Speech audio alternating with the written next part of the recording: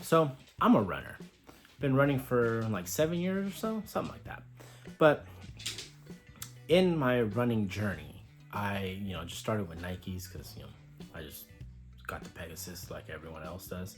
But then I was doing more research because I needed a new pair of running shoes, and I discovered Hoka's.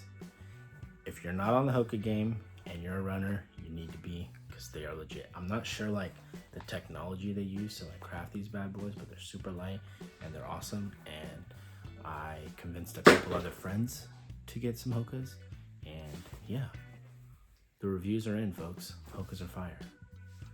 All right, another random thought.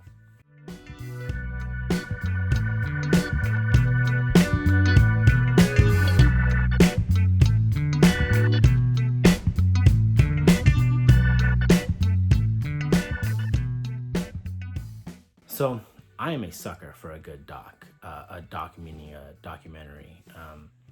Just watched the Chowchilla one on HBO Max. Fire. If you haven't checked it out, you should. But man, some of these docs are just like, they just, grip you in, and yeah, legit. Some of my favorite documentaries are on Netflix, and they're just like killing the game. They're like chef series episodes. So I'm not sure if that's really like considered a doc, but I'm labeling into the doc category because they're going to like see these like big chefs, and like you get to see what they've done and blah blah blah. And like, I'm a sucker for that series. Truly love that series.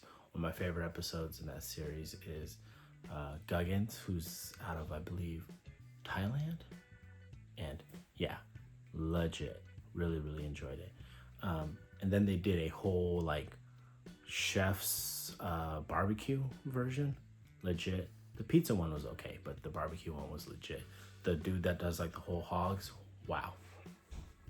But yeah, some of these documentaries, man, you're just like, wow. Like, I love the storytelling, and I think that's what I'm really appreciating the most. Like, just like the storytelling and how they kind of put this all together, and just the vision you have to like create this grand story.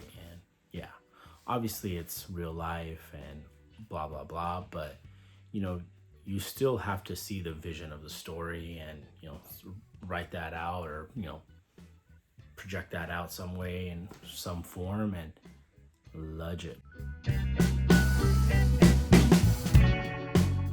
So there's no question that documentaries are like crazy popular now. They've just grown exponentially, and it's just been like a steady growth. One company that is just really crushing it right now with docs is Netflix. Like, man, they're pumping out everything, and it's crazy. Like, they just have so many different docs that are either in the pipeline or just out right now. I remember when Rotten first came out, and like, it was dope. I really enjoyed the series, and continue to enjoy it.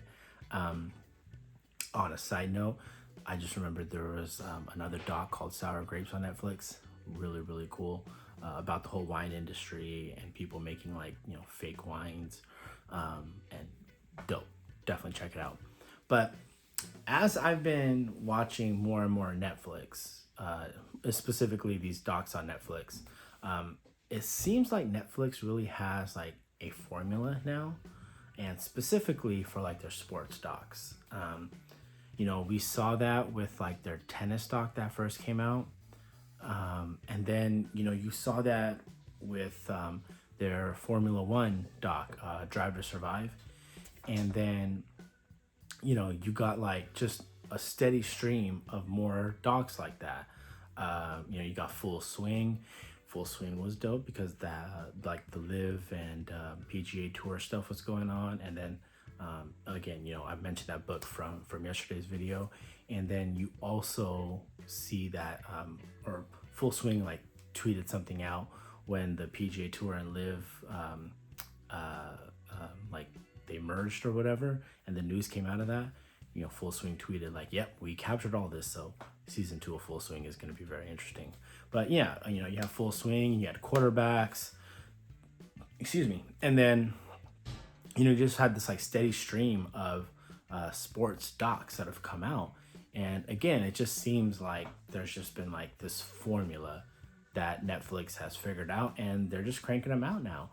You have this World Cup one that just came out maybe a few weeks ago, a month ago now. You have this rugby one, Six Nations. Like, again, just seems like Netflix has the formula.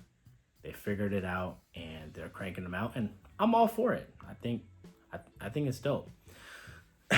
I also think it's really interesting that this formula that they figured out, I've said formula a lot, but this thing that they figured out, was some sports that we kind of stateside just didn't pay attention to kind of year round almost. Obviously basketball, football, baseball, like those are always kind of in the news cycle. But again, tennis, like, yeah, we watched maybe Wimbledon or the US Open, but, not a lot of other times, at least not from like my group of friends. But, tennis enthusiasts obviously are going to say something different. But, Formula One is another example of like, it's not too popular stateside, but this documentary comes out and then like, boom, like people are loving it, or just like they want more Formula One as much as they can get. And then Formula One starts being on ESPN and we're able to see it more. And yeah, very, very interesting. Anyways, I'm for it. I love it. I'm glad Netflix is just pumping out this content of docs, and yeah, I'm here for it. So anyhow, that's Charles walking around with his long nails, just blah, blah, blah. Yeah. All right, y'all. Over and out.